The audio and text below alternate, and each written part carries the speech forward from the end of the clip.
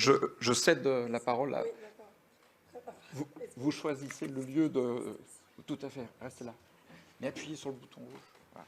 Donc, je vous présente quand même, vous êtes Astrig Atamian, chercheur associé au CERSEC, Centre d'études des mondes russes, caucasiens et Centre européen, qui est rattaché à l'École des hautes études en sciences sociales. Absolument. Et j'ai une extinction de voix, donc pardon. Mais la salle est silencieuse, vous pouvez y aller. Je vous laisse la parole. Très bien. Donc, on pense évidemment à Manouchian lorsqu'on évoque la participation des Arméniens dans la résistance. Il s'agit en effet de la figure qui reste dans les mémoires et symbolise à elle seule l'engagement des réfugiés arméniens contre les occupants de leur pays d'adoption. J'avais fait ma thèse sur les Arméniens communistes en France et Manouchian incarnait ce courant aux yeux de la plupart des personnes à qui j'exposais le sujet de mes recherches. Aujourd'hui, je vais me concentrer sur ce que je connais un peu. Donc j'évoquerai surtout l'implication des cercles communistes et pro-soviétiques arméniens dans la résistance et du rôle du FNA dans les actions de propagande, de soutien logistique, d'incitation à la désertion des soviétiques enrôlés dans l'armée allemande, puis dans les maquis et les combats de la libération. Je vais dérouler ma présentation en 7 points. Et là, je vais d'abord commencer par brièvement vous résumer ce que faisait Misak Manouchian avant la guerre et le microcosme du comité central du ROC.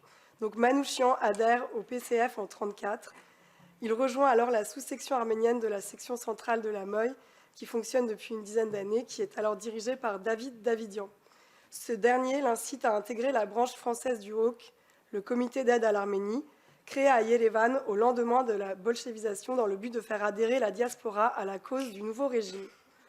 Donc Manouchian trouve au sein du ROC, dont il intègre le comité central, des personnalités qui vont l'accompagner tout au long de sa vie et représenteront donc pour lui une nouvelle famille, Méliné, le docteur Haïk Kaldjian, secrétaire du ROC, la poétesse Louisa Aslianian, dite Las, et son mari Arpiar, qui collaborent à Zangou, la nouvelle revue littéraire qu'il lance. 2 militants internationaux, Dilan Voskerician et Haïk Kaldjian, qui avaient adhéré tous deux au PC en Égypte, puis avaient vécu en URSS, rejoignent cette petite équipe en 1936. Au sein de ce cercle, Manouchian montre ses capacités de dirigeant au moment même où le lien avec l'Arménie soviétique s'étiole.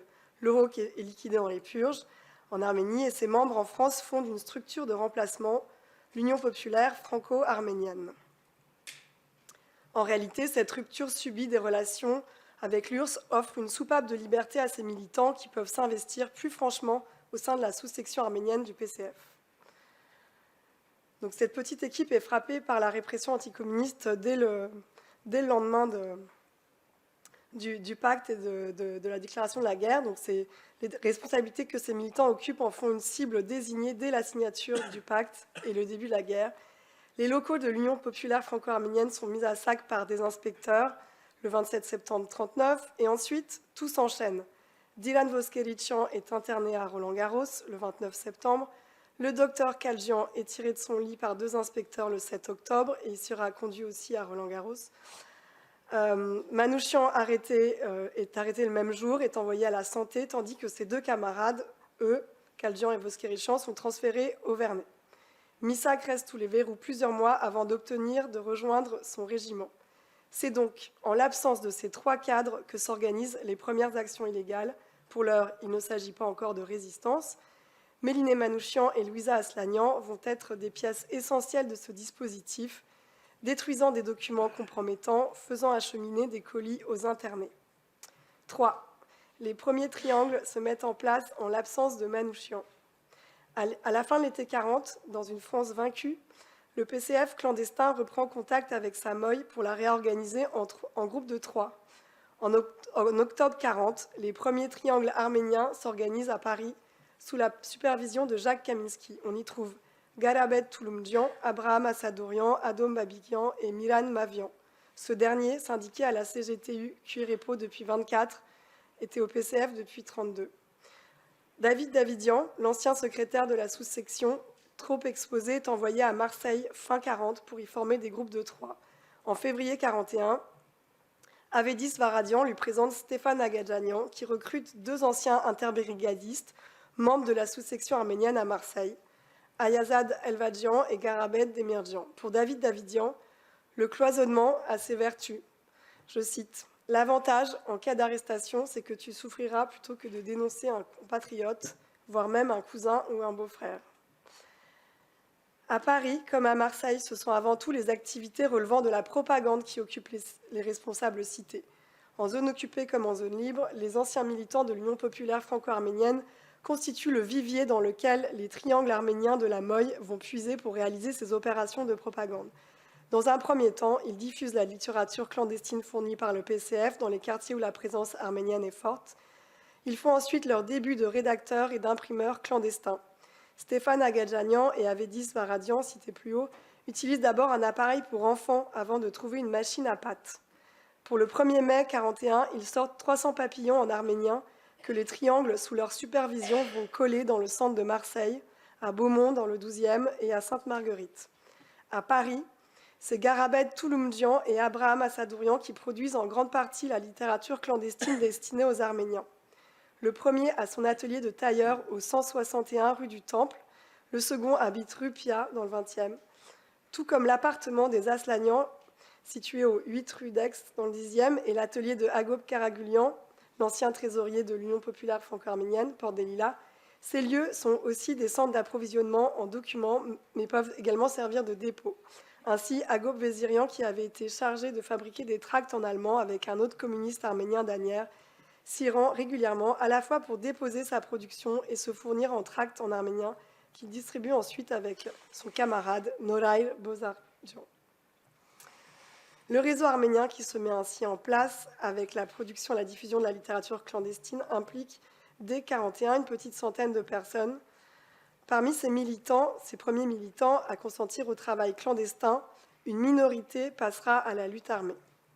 4. Le retour de Manouchian à Paris en septembre 1941.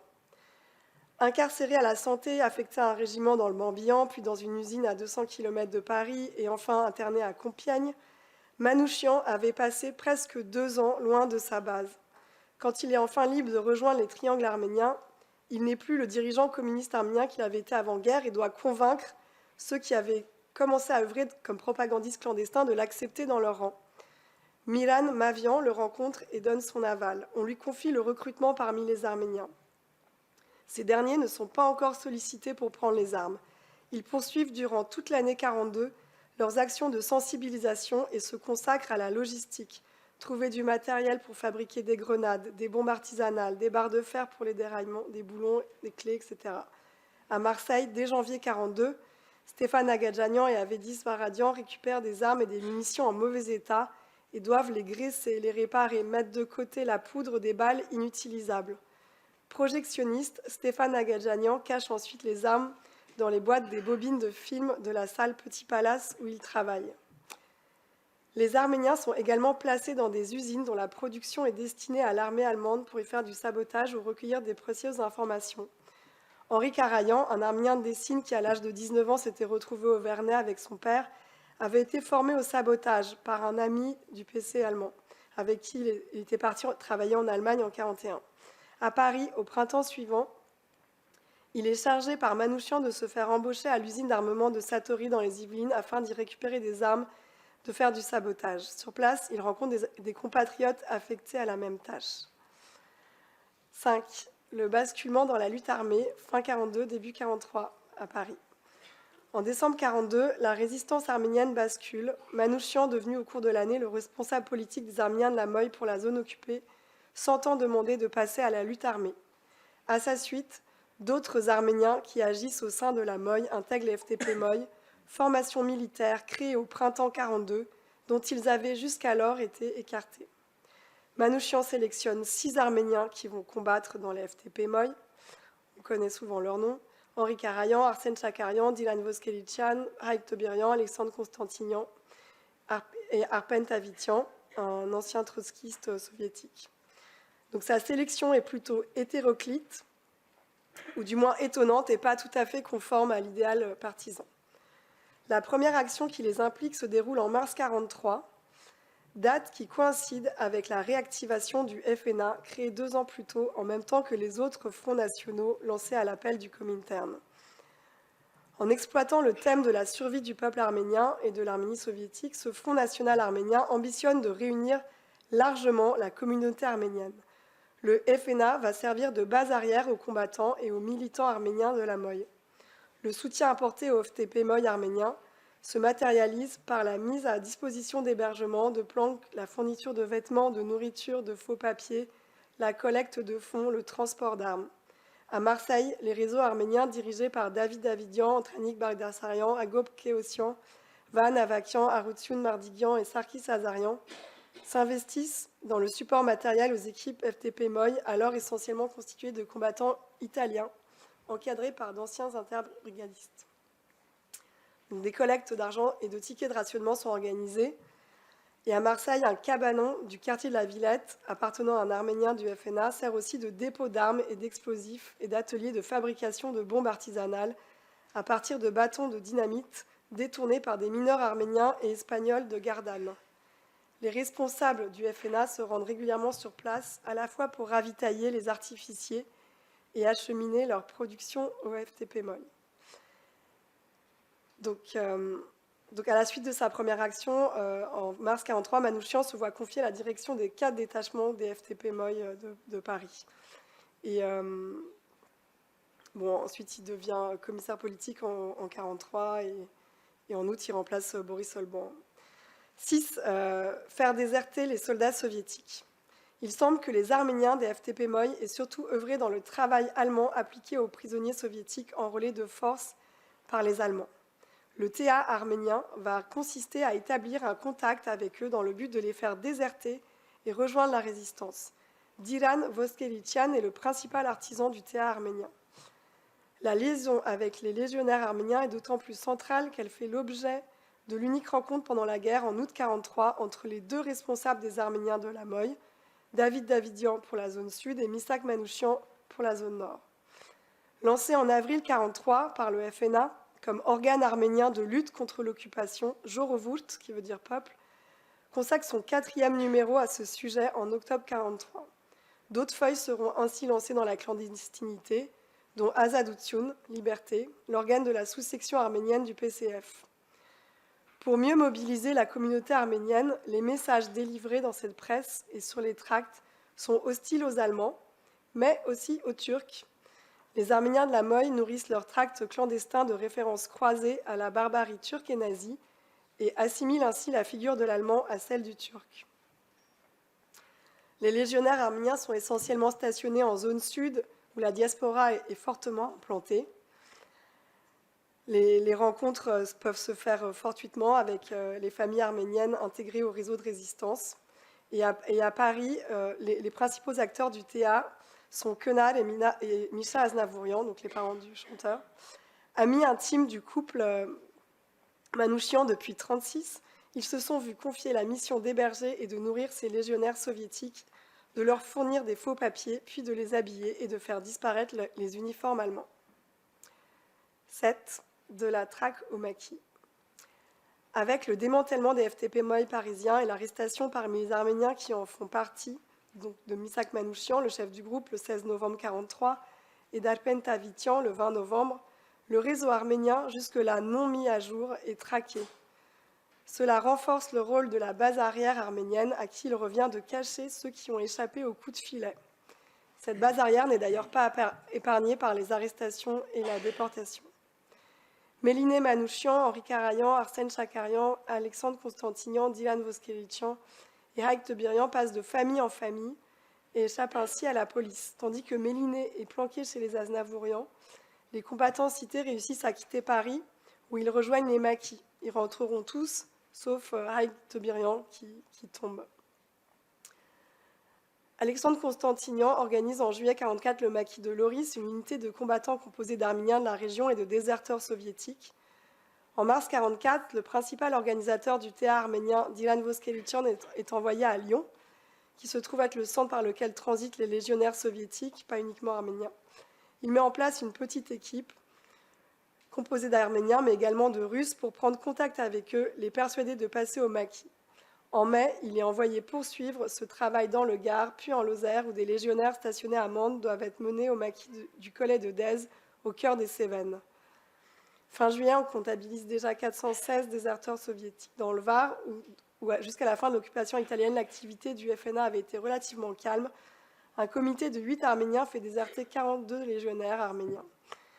Le débarquement des Alliés en Provence sert ensuite de détonateur, et c'est par compagnie entière que les anciens légionnaires passent au maquis.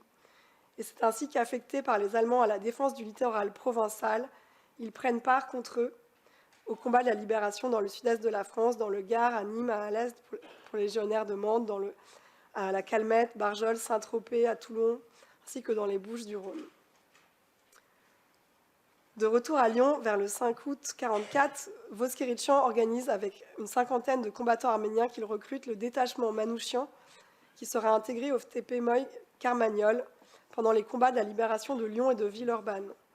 À Marseille, le FNA fournit également des combattants qui rejoignent les FTP, donc devenus FFI, en intervalle, dans les combats de la libération à Saint-Antoine, Saint-Loup, Sainte-Marguerite, où les FTP Moy-Marat qui se battent dans les quartiers de Castellane et de la préfecture. La photographe communiste Julia Pirotte immortalise l'un d'eux, Sarkis Bedoukian, mitraillette en bandoulière, une heure avant que son corps ne soit criblé de balles lors de l'attaque de la préfecture le 21 août 1944. À sa mort, un détachement Sarkis est immédiatement formé de FTP ou FFI arméniens, rejoint également par d'anciens prisonniers soviétiques qui harcèlent les positions allemandes et favorisent l'avancier des goumiers marocains jusqu'à la reddition le 28 août. Il n'est pas possible de préciser s'il a rendu ses services par sympathie pour la France, par haine pour les Allemands ou pour des intérêts privés, notait en février 1945 un agent de la préfecture de police de Paris à propos de Dylan Voskeritchan, qui, avant la guerre, attirait déjà l'attention des renseignements généraux. On pourrait élargir cette réflexion et affirmer que les Arméniens de France se sont à la fois battus pour la France, contre l'Allemagne, et pour l'Arménie soviétique, leur mère patrie. Merci beaucoup de votre attention.